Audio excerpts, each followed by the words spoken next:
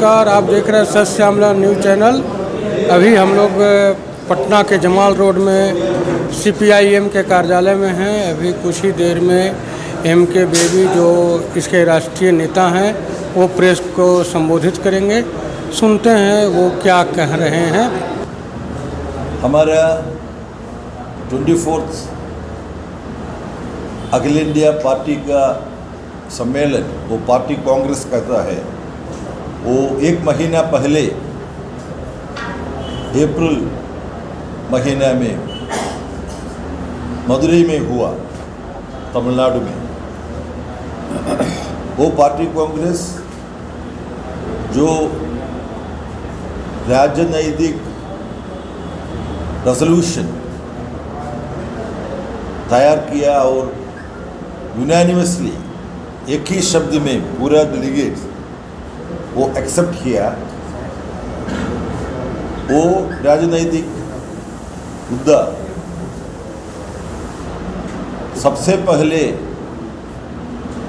पूरा भारत में जो 10 lakh communist party of India Marxist members है,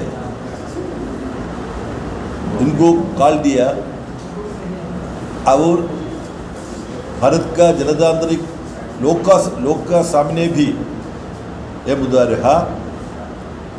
सबसे पहले लोगों का कर्तव्य जो सांप्रदायिकता को बढ़ाने वाला भाजपा लेड गवर्नमेंट मजदूर लोगों किसान को जो ग्राम में रहने वाला दरिद्र लोगों को अत्याचार करता है, वो गवर्नमेंट को fascistic RSS control BJP Bhajpa government को हटाना है, दिल्ली से हटाना है। जो प्रांत में वो अकेला और दूसरा अवसरवादी लोगों के साथ काम करता है, प्रांतिक जगह में इनका रूल है, जैसा बिहार, वो सभी जगह उनको हटाना है। ये है सबके प्रधान मुद्दा, कर्तव्य। इसके साथ हमारा डिसीजन है, मार्क्सवादी कम्युनिस्ट पार्टी का शक्ति ताकत बढ़ाना है, वामपंथी दलों का ताकत बढ़ाना है और जो जनतांत्रिक मुद्दा आगे बढ़ाना है। अभी हमारा पार्टी का बिहार सेक्रेटरीट का बैठक था, वहाँ हम ये सब डिस्कस किया। जो कॉल मदुरै पार्टी कांग्रेस दिया बीजेपी को और इनका अलायंस को हटाना, इनका सबसे पहला टेस्ट होगा ये बिहार पर। इसी वर्ष में 5-6 महीना के अंदर चुनाव लड़ाना है बिहार में।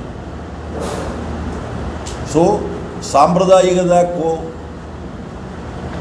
जन समूह का विभाजन के लिए जो सांप्रदायिकता राजनीति आगे बढ़ाता है, वो लोगों को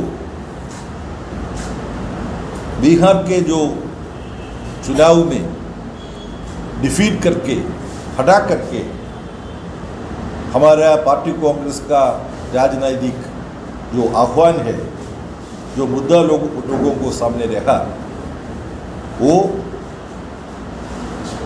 एक सफलता का मुद्दा है, ऐसा बिहार में प्रूव करेगा जो बिहार का चुनाव में। यहाँ हमारा परिचित व्यक्ति है नीतीश कुमार जी, वो दिल्ली में था, पार्लियामेंट में भी था, उसी समय जो राज्यसभा सदस्य ऐसे रहने में इनको देखना और बातचीत करने का मौका मिला। लेकिन अब वो नीतीश जी बहुत खतरनाक रास्ता से चलता है भाजपा का साथ, और वो जो आरएसएस और भाजपा बोलेगा वो करता है। वो विभाजन का राजनीति है, करप्शन बहुत ज़्यादा है, नौजवान लोगों को काम नहीं मिलता है। ये सब प्रॉब्लम, मजदूर लोगों का प्रॉब्लम, किसानों का प्रॉब्लम, एग्रीकल्चर लेवल का प्रॉब्लम, और जो अत्याचार होता है स्त्रियों महिलाओं का ऊपर बिहार में, ये सब मुद्दा लेकर के बिहार का महागठबंधन लोगों को सामने जाने का तैयारी करता है। ये बहुत खुशी की बात है। महागठबंधन जो जनतांत्रिक मोर्चा है आरजेडी के जैसा, और वामपंथी दुलोम भी बिहार में है। इनका एक अधिवेशन 2-3 दिन पहले था। 1000 का ज़्यादा महागठबंधन का कार्यकर्ता जिलाओं से भी वहाँ शामिल था। सो एक बहुत बढ़िया राजनीतिक संघर्ष 5-6 महीने के अंदर बिहार में हो जाएगा। वो पूरा भारत का राजनीतिक दृष्टिकोण से बहुत बढ़िया संघर्ष होगा, भविष्य के लिए एक संघर्ष होगा जो बिहार में होगा। उसके बाद केरल में 1 साल में होगा जो वामपंथी मोर्चा वहाँ है। भारत का एक ही वामपंथी मोर्चा गवर्नमेंट केरल में है। सीपीएम का politburo member comrade Pinarayi Vijayan मुख्यमंत्री है। केरल का इतिहास में पहले ऐसा हो गया, एक चीफ मिनिस्टर का नेतृत्व में लड़ाई लड़ने के बाद वो नेता एक बार फिर चीफ मिनिस्टर जैसा हुआ। सो केरल का जो राजनीतिक संघर्ष इनका साथ होगा तमिलनाडु में, पश्चिम बंगाल में और आसाम में। सो 5-6 महीना में बिहार में, इसके बाद 4 क्षेत्र में केरल, तमिलनाडु, पश्चिम बंगाल और आसाम। ये सब इलेक्शन बिहार से शुरू करके बाकी 4 जगह में भी भाजपा और इनका अलय को बहुत महत्वपूर्ण आघात देगा, प्रहर देगा ये चुनाव। मैं बहुत ज़्यादा नहीं बोलेगा, कॉमरेड अशोक धवले भी बोलेगा, उसके बाद कुछ सवाल है तो पूछ सकेगा। लेकिन नौजवानों का अनएम्प्लॉयमेंट का ऊपर हमारा पार्टी कांग्रेस में एक रेजोल्यूशन दिया। अभी भारत में प्राइवेटाइजेशन चालू है, निजीकरण। इसका रिफ्लेक्शन क्या है? वो सब प्राइवेट सेक्टर में जाने के समय जो शेड्यूल ट्राइब, अल्पसंख्यक, दलित लोगों को जो आकर्षण मिलता है वो खत्म हो जाएगा। सो हमारा पार्टी कांग्रेस इसका ऊपर एक रेजोल्यूशन दिया, प्राइवेट सेक्टर में भी आकर्षण होना है, आरक्षण। नौजवानों को जो लोग काम करने का दाख है, इनको काम नहीं मिलता है। सेंट्रल गवर्नमेंट में 15 लाख वैकेंसी अनफिल्ड है। हम आशंका ऊपर प्राइवेट सेक्टर में ये आवश्यकता है, जैसा एक रेजोल्यूशन पार्टी कांग्रेस में ले लिया। मुझे बहुत खुशी है, यहाँ आरजेडी के नेता तेजस्वी यादव जी ने प्रधानमंत्री को चिट्ठी लिखा, प्राइवेट सेक्टर में भी रिजर्वेशन आरक्षण होना है। ये भी ये महागठबंधन का एक अच्छा रास्ता है। इसलिए हमका पूरा विश्वास है, पार्टी कांग्रेस के बाद जो पहला लड़ाई राजनैतिक महालड़ाई होगा, वो महागठबंधन के विजय में समाप्त होगा। राफेल पे सर सवाल उठाया जा रहा है। राफेल को पूछा जा रहा है कि राफेल क्या नींबू मिर्ची लगा के रखने के लिए लाया है सरकार ने, भारत सरकार ने जो युद्ध का हवाई उड़ान, इसका अभी जो जम्मू कश्मीर में हुआ, पूरा भारत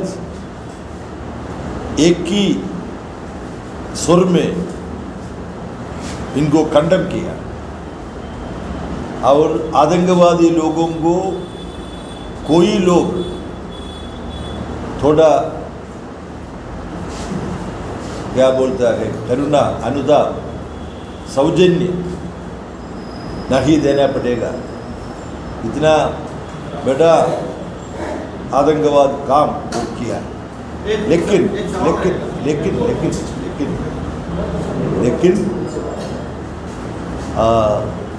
जो बोलेगा, जो बात बोलेगा, वो सब बहुत ध्यान से बोलना है।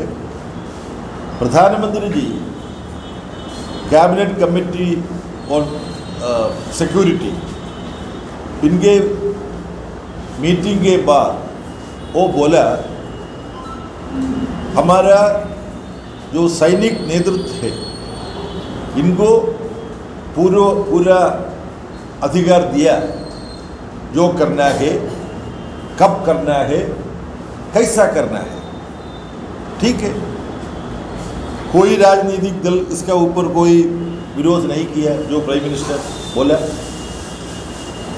उसके बाद सब लोग जो बोलेगा वो बहुत ध्यान से बोलना है। हम इसी समय बिना ध्यान कुछ नहीं बोलना चाहिए। नीतीश कुमार के साथ गठबंधन करना क्या ऐतिहासिक भूल था? सरकार बनाए थे बिहार में। नीतीश साहब बहुत ही ज़्यादा समय प्रूव किया, इनका राजनीति अवसरवाद राजनीति है। हिंदी में भी वो बोलेगा अवसरवाद। मेरा दोस्त नीतीश कुमार जी अवसरवाद का उस्ताद है, वो भी उस्ताद। क्या बोलना है इसके साथ? ये आप बीजेपी के सांप्रदायिकता पे अटैक करते हैं, लेकिन राजद के भ्रष्टाचार का आरोप पे चुप रह जाते हैं और गठबंधन करते हैं उसके साथ, जबकि आपकी पार्टी का छवि ईमानदार छवि है। अभी हमको मालूम, जो सेंट्रल गवर्नमेंट का जो संविधान है, एनफोर्समेंट डायरेक्टरेट, अभी एनफोर्समेंट ईडी का फुल फॉर्म है एनफोर्समेंट डायरेक्टरेट। अभी सब लोगों बोलता है वो एनफोर्समेंट डायरेक्टरेट नहीं है, बीजेपी का ओन इलेक्शन ड्यूटी काम करता है। ऐसा बहुत ज़्यादा एलिगेशंस है जो करप्शन का ऊपर अत्याचार। सो इसमें कंट्रोवर्सी है, क्या किया क्या नहीं किया, सब प्रूफ करके कोई लोग ऐसा कुछ करप्शन किए तो जो लीगल प्रोसीजर है, आप प्रोसीजर से इनको क्या शिक्षा मिलेगा वो देना पड़ेगा। इसमें कोई प्रॉब्लम नहीं। महागठबंधन एक राजनीतिक दिशा से काम करता है। हमारे राष्ट्र में लोगों को सामने सबसे बड़ा अत्याचार सांप्रदायिकता है। हम सब दोस्त हैं ना। हमारा कोई लोग बोलता है तुम इसी रिलीजन में है, ये दूसरा रिलीजन में है, तुम इकट्ठा करके नहीं जाना पड़ेगा। ये यूपी जैसा संस्थान में प्राइम मिनिस्टर बोलता है, चीफ मिनिस्टर बोलता है ये संघर्ष 80% और 20% है। कहाँ जाएगा हमारा राष्ट्र? तो ये इसलिए सांप्रदायिकता को खत्म करने का सबसे बढ़िया डिमांड है। राष्ट्र का विकास के लिए पूरा लोग इकट्ठा करके काम करना है। इसलिए सांप्रदायिकता का खिलाफ सबसे बढ़िया संघर्ष करना महागठबंधन का एजेंडा में है। सीपीआईएम इस बार कितने सीटों पर लड़ेगी? इस बार कितने सीटों पर आप लोग उधर से जा रहे हैं? वो सब हमारा संस्थान का नेता, यहाँ 2 सेंट्रल कमेटी मेंबर्स, स्टेट का नेता है और स्टेट सेक्रेटरी नेता यहाँ है, वो सब चर्चा करेंगी और स्वास्थ्य में डिसीजन होगा कैसा कितना सीट कंटेस्ट करना है, कहाँ कंटेस्ट करना, वो सब स्टेट लीडरशिप महागठबंधन में चर्चा करके डिसीजन होगा। भारत सरकार जातीय जनगणना कराने की बात कर रही है। कास्ट सेंसस को कैसे अभी कैसे देखते हैं? इंडियन गवर्नमेंट ने ये डिसाइड किया है कि we will do caste based survey. Yes, हम 3 तारीख 2 दिन पहले हमारा पोलिट ब्यूरो का मीटिंग था दिल्ली में, पहला मीटिंग था, वहाँ हम डिस्कस किया। ऐसा है जो सब वामपंथी मोर्चा और दूसरा प्रतिपक्ष राष्ट्रीय दलों एक कास्ट सेंसस, जस्ट एक कास्ट सेंसस नहीं है, socio economic status of caste and communities. क्यों? जिस लोगों का समूह में, आर्थिक नीति में, शिक्षा में, काम में पीछे है, इनको कैसा मदद देना पड़ेगा, इसलिए है। लेकिन पहले जो डिमांड आने के समय मोदी जी क्या बोला, मेरा सामने सिर्फ 4 जाति है।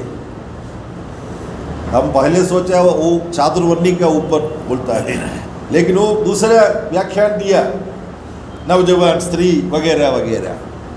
लेकिन ये राज्य का सबसे बढ़िया प्रॉब्लम एक प्रॉब्लम था, क्यों